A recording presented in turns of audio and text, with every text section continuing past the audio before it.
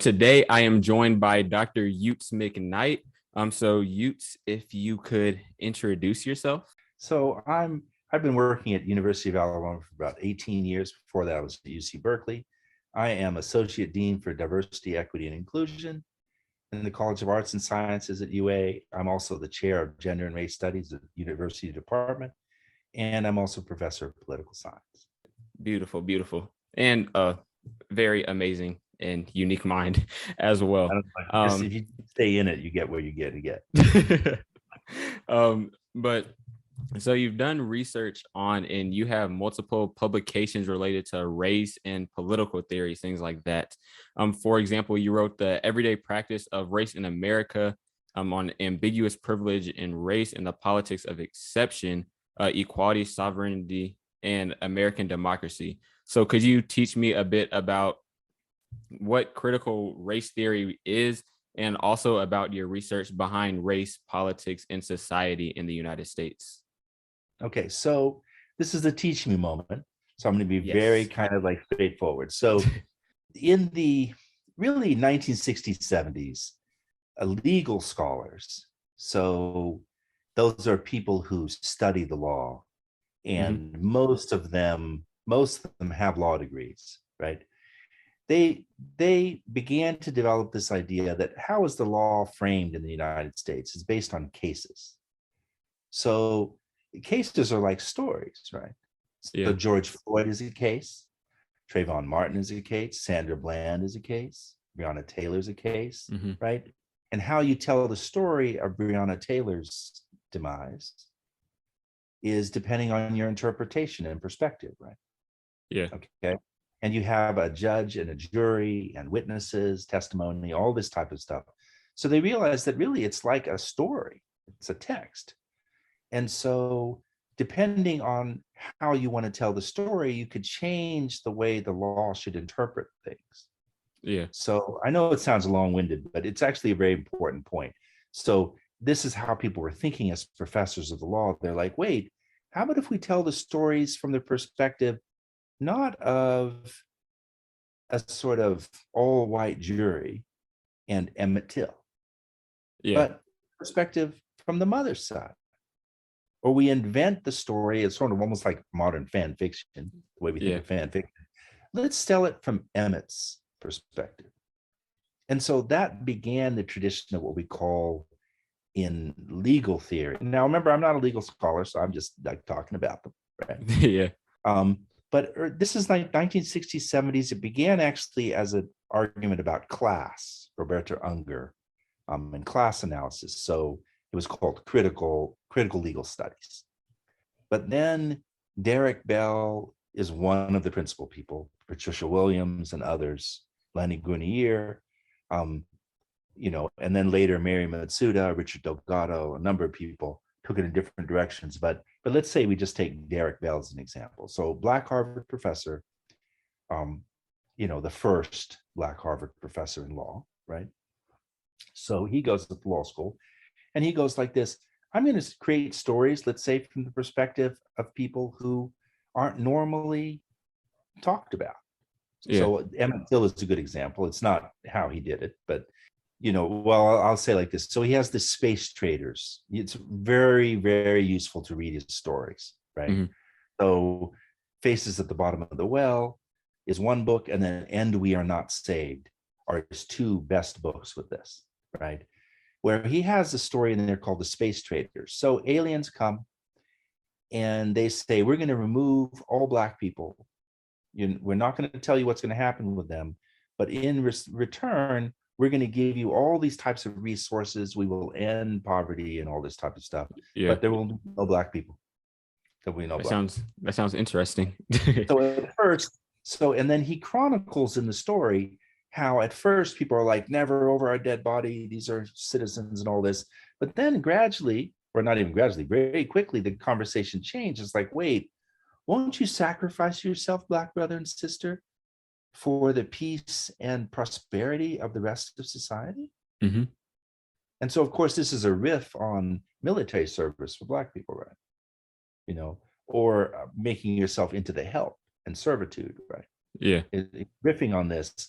So it's a very sophisticated story. And eventually, of course, the society shifts and they allow all Black people to be taken away. Yeah. Right? And the aliens are like, here's all your stuff, like, okay. So, right. But it's like all these stories were then sort of thought projects. So critical race theory originated around as a jurisprudential, like as a legal type of exercise, theoretical exercise, Yeah. as a way to talk about the Constitution in the United States, as a way to talk about the different assumptions we make about what justice requires or fairness, discrimination, all of this. So very sophisticated stories. And so it developed in the 70s and 80s and 90s into this, like an actual disciplinary subfield. If you say critical race theory, there are books, and in those books, it's going to be a whole bunch of storytelling like this, right? Mm-hmm. As a way to, and if you think about one of the things I teach is ancient political theory. So I teach about Plato and Socrates and all this stuff, right? Yeah. So that's all stories, right? That's all stories, like the tragedies, the dialogues, it's all sort of engaged between different people. So it's taking that idea of like how do we set social norms in society, and then they become legal norms, right? What is illegal and legal, right? Yeah. As based on these types of stories, how we tell the stories. We see it a lot with George Floyd and stuff like this, and Rittenhouse and all this, like how it's very contentious. So what we've done today in society is we've raised that idea of storytelling and different interpretations up to the public conversation. In a way that in the 70s and 80s, it didn't exist like that. So critical race theory was a very narrow thing. But now it's kind of expanding in a way. And now it's kind of becoming all things. It's becoming a regular tool. But it's no longer then critical race theory, because critical race theory was an answer to the problems in the law, right? So what you then have is another group of people now, these are not legal scholars, right? What they're saying is we shouldn't tell stories that potentially allow for a type of social change in society. You can see how their target is correct. What they're saying is, let's not teach about certain things in society. Let's not challenge the assumptions about racial inequality that otherwise exist in society. So you can see the political push is problematic. It is actually anti-progressive. Mm-hmm. And in a sense, it's saying no. And people even said it was better before. And what they mean by that, it was better before there was a kind of criticism of, let's say, police action. Now, the most famous criticism of police action by the Black community, it's not in this century, it's actually the Black Panthers, right? So now, has there been a problem with policing and Black life throughout the history of the United States? Of course, yeah. So to say what I just did there was to offer up a description of race and history and policing that people would say, we don't want you to know that. Right? And that's a problem. It's a problem. So critical race theory, the way we talk about it now as a sort of attack on social norms, because that's what it is. So remember, the other stuff was just an academic discipline where the articles are 80 pages, lots of citations, really boring. Like this, right? Like there are a couple of books, like I mentioned, that are very sophisticated and interesting, but they're really very complex thought projects. Like Space Traders as a story is very complex. Right? It sounds like it. Yeah, these are, but I like to teach it, but I like to teach, like I like to teach a text like that, but for juniors and seniors, who are very, very closely aligned with an interest in these things. It's a very narrow group of people, right? So critical race theory as a discipline in the law is a very, very narrow thing. But the way that we're talking about it now in society is like, wait, any type of teaching about race is particular, meaning it's picking on a particular group of people. Like it's directed in a way. Yeah, it's directed. It's, well, what I mean by that is that if all people are equal, we shouldn't talk about the past where the description is that there was inequality, right? Yeah. Question. So the thing is that what if society paints white people, I'll say it that way, paints white people as a particular type of group that has been the beneficiaries Hmm. of certain types of things in society, that is making those people who are painted as white, right, defined as white, as having a kind of not so much responsibility for things, but as being in a particular type of status, Hmm. right? And so people then say that's not fair. If we're truly race neutral, if we don't see race, the problem is, how do we get to neutrality and how do we not see it?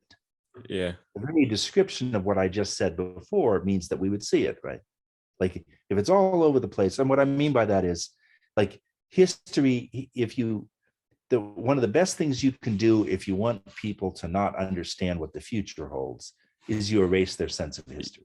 Yeah, I was about to say erase the past, Yeah, because that you erase anecdotal that. evidence is what really Yeah, can teach you a lot. yeah. And you say that it's forbidden to talk about certain things. Yeah. And you turn around and say, if you talk about this, you are being racist, people say. And then the counter to this is, no, actually, we kind of have to talk about the problem. What you're saying is we don't want to talk about the problem. And what is avoided here is this idea, you can't say there isn't a problem. So what they do when they talk this way, I'm saying they, but when people are making the argument that, wait, any talk of race is a problem, is the next thing is, you and I would say, right? The audience would say, well, is there inequality? Like, is there racial inequality? So then it And starts jogging that thought. yeah, and so the person goes like, yes, but we don't help anything by talking about it. Yeah. Right. And what they almost, I suspect that many of them want to say like this, the inequality is because certain individuals aren't doing what they're supposed to do. It's Hmm. your fault, right? That's just a very traditional thing where all the blame is put on the victim of the process, right? Yeah. So ultimately, I think a lot of people felt that the current argument about critical race theory wasn't serious because it doesn't make any sense, right? Hmm. Like, it's easy to kind of poke holes in and stuff. But that's not the point with it. The point with it is to create a vehicle to roll back or to stop the idea that we should have more equality in the society. It's to create a situation where we think enough, it's enough, right? Yeah. Uh, yeah, like I mean, I don't want to belabor it too much, but it's almost like a politics Hmm. rather than it's certainly not an academic discipline. It's not, certainly not a coherent bunch of ideas. Because if it's coherent and very set definitions, then you can critique it, right? Yeah. So the idea is to keep it floating, nimble. It's not that, we mean this instead. It's to constantly like this. So my students asked me like this. They said, is this something we should be concerned about? And I said, no, actually, you shouldn't devote any time to this. Just stay the course, study history, politics, and society, right? Hmm. So what I do, and most people in the society do, is we look around and we say, what needs to be fixed? And where does my standard by which I think things need to be fixed, where is that coming from? Yeah. So since I was a small child, I saw what I thought were inequalities, right? I could go from my relatively impoverished area to an area up in the Berkeley Hills where people had huge houses, right? Yeah. And I would ask my mom and dad, I would go like, so how is this possible? Yeah. Like why? Yeah. And it wasn't just that, hey, you should be happy with what you got. It's that I felt in society, there was a lot of pressure that somehow those people in those big houses were better somehow. Better than, yeah. Yeah, right. So if you just had, and this is the sort of separate but equal idea that used to be, where if you just had differences but nobody cared, but the fact is the differences actually come from people caring, right? From people, yeah. Yeah, like they actually are created. Like it's not a static thing where all of a sudden you look out there and go, oh wow, how did that happen? In fact, that the intent is for some people to get more than others.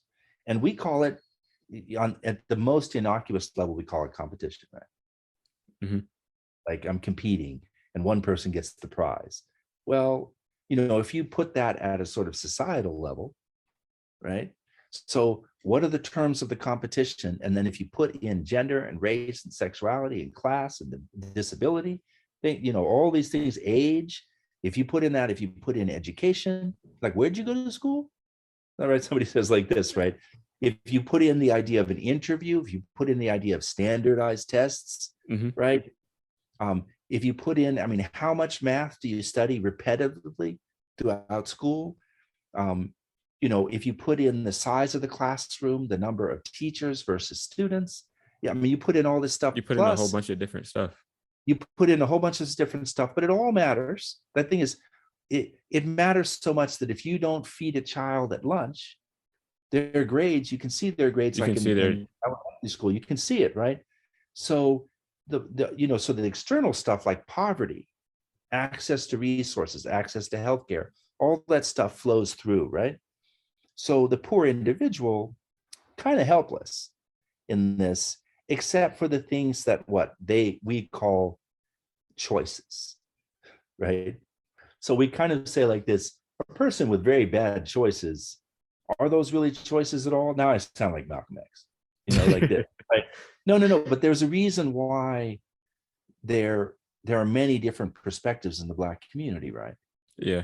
And so as much as people say, oh, that person doesn't, the fact is the person's not wrong. They just have a different perspective on how the world is working, how everything's working, like the interconnectedness of everything. Yeah.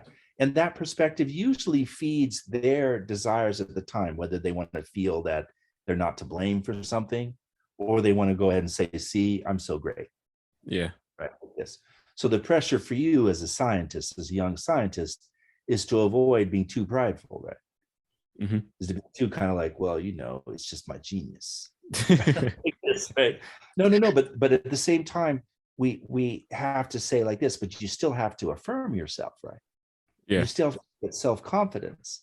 So, the work I do is about trying to, the way I just described all these different pieces. So what's race? So race on the one hand is something that we all have. So we all think we're experts, right? Because like my experience with race, that's Black life is like me, light-skinned guy from Oakland. That's the way, I know everything. Like if Snoop or those other people, these old people, right, for you, right? If they talk about life, I'm like, yeah, that's right. Mm-hmm. Like this, right? Parliament Funkadelic, like this. And you're talking a bunch of stuff, these new people, like Megan Thee Stallion or something. You know what I mean? Like this. And I'm kind of like, well, that's not Black life. That's not the same thing. That's not, like this, right? Yeah. There's that individual piece. So we say, I got a race. Now remember, that applies to everybody. Everybody says, well, I know race because of what my experience is. But that's not race, because my experiences are actually all these different interactions, right? Yeah. Right? So if you can even statistically, because you like statistics as a scientist, right? Statistically, you say like this, so do most people who are labeled Black have this type of experience of prejudice? Yeah. Okay, so that's one way we describe race, like how the intergroup conflict stuff, right? The other way we can talk about race is, wait a second, at what point does Jeremiah and Utz, I'll use your first name like that, Jeremiah and Utz have different experiences where their experience of Blackness do not even intersect, except when it's intergroup conflict, meaning a white person says something nasty to us. Yeah. Like, what is the experience? If you look at it as an individual, like how you and I share, I know we share the experience of racial discrimination. Yeah. Okay. We share that. But how much else do we share? I was born in the Bay Area. You were not. Bay Area in California. You were Yeah. not. I know the streets of Oakland like the back of my hand, right? You do not. Like Completely this, different. right? Completely different. And it's not, but then you can see the basis of a sort of West, East Coast hip hop. You can see how you could create divisions that then even the division affirms Black life. Yeah. We are diaspora. Like this, we kind of come back at it in a different way, right? So my work on race is about two things. One is how we define ourselves affirmatively, right? Such Yeah. that we don't reproduce the intergroup conflict, where that intergroup conflict, I know I'm being a little complicated, just want me to do that, No, I love it. how the intergroup conflict is realized in things as abstract as when you go into a Starbucks. Like if you think about a Starbucks place, right?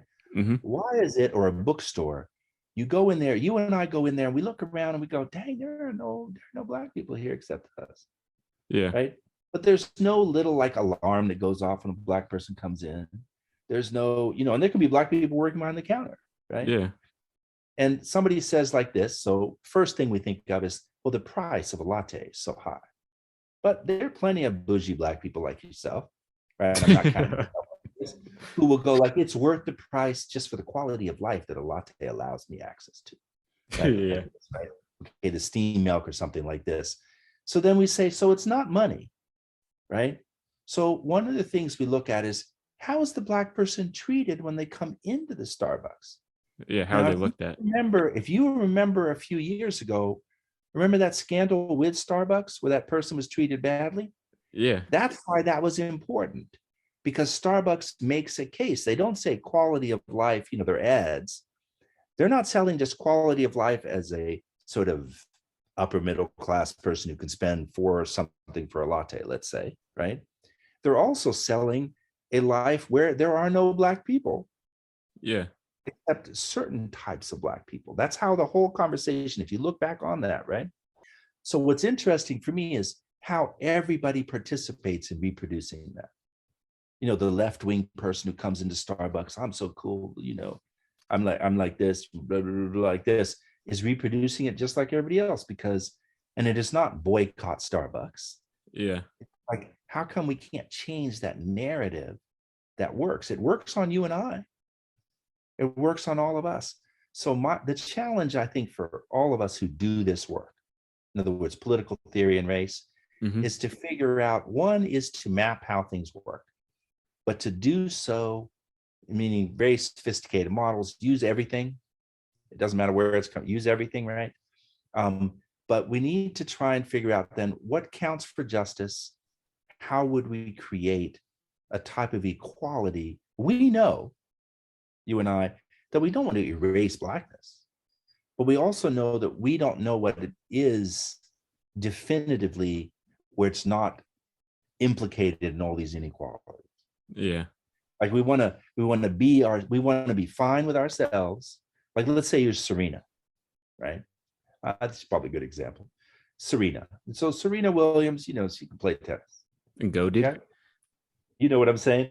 And what she wants to do is she wants to be like, look, I'm the best, and I'm also Black, and being able to be the best is something that Black people can do, right?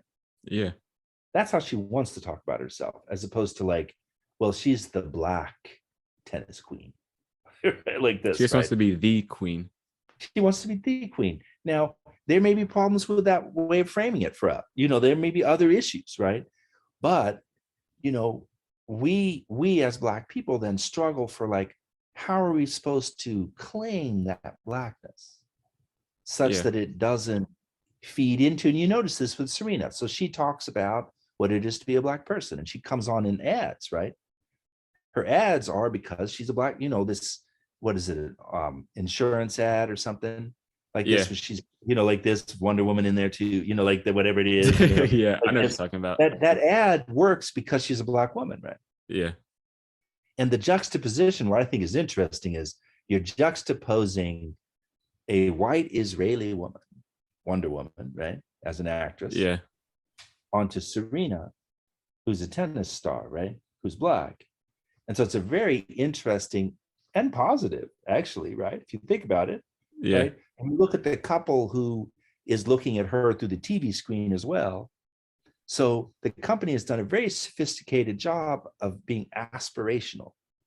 Hmm. Like, we want to be tennis players. Wonder Woman is cool, sort of. You know what I'm saying, right? Yeah. Within limits, right? Like, who wouldn't want to be a superhero, right? Yeah. Like this. But we also want to be the couple with this big old screen TV, right? Yeah.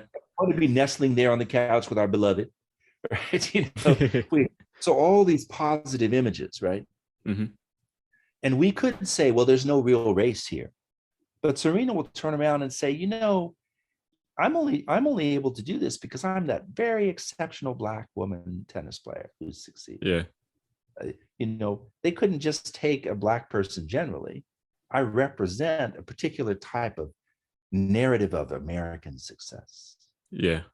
See how good we are, people. We can even juxtapose white and Black and everything, and everybody's all happy. It's like multiculti, right? Like this, Yeah. right? Like, but it works for us. You and I both we don't like the commercial the 20th time we see it, but the first few times we say, oh, that's cool. That's Look cool. at the Yeah. CGI. Yeah, like this, right?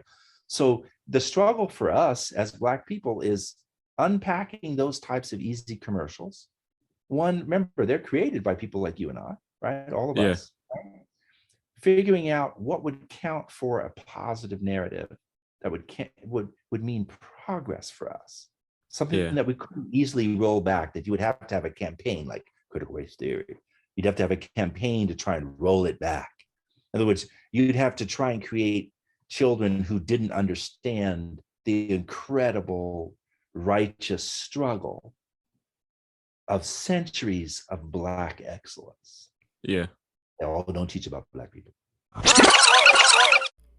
Well, thank you so much for listening to this first part on Teach Me About Critical Race Theory with Dr. Utz McKnight. It was really eye-opening, and I learned a lot, and I hope that you did as well. The next episode will be dropping next Wednesday for part 2 of this conversation, and I hope that you enjoy it as well.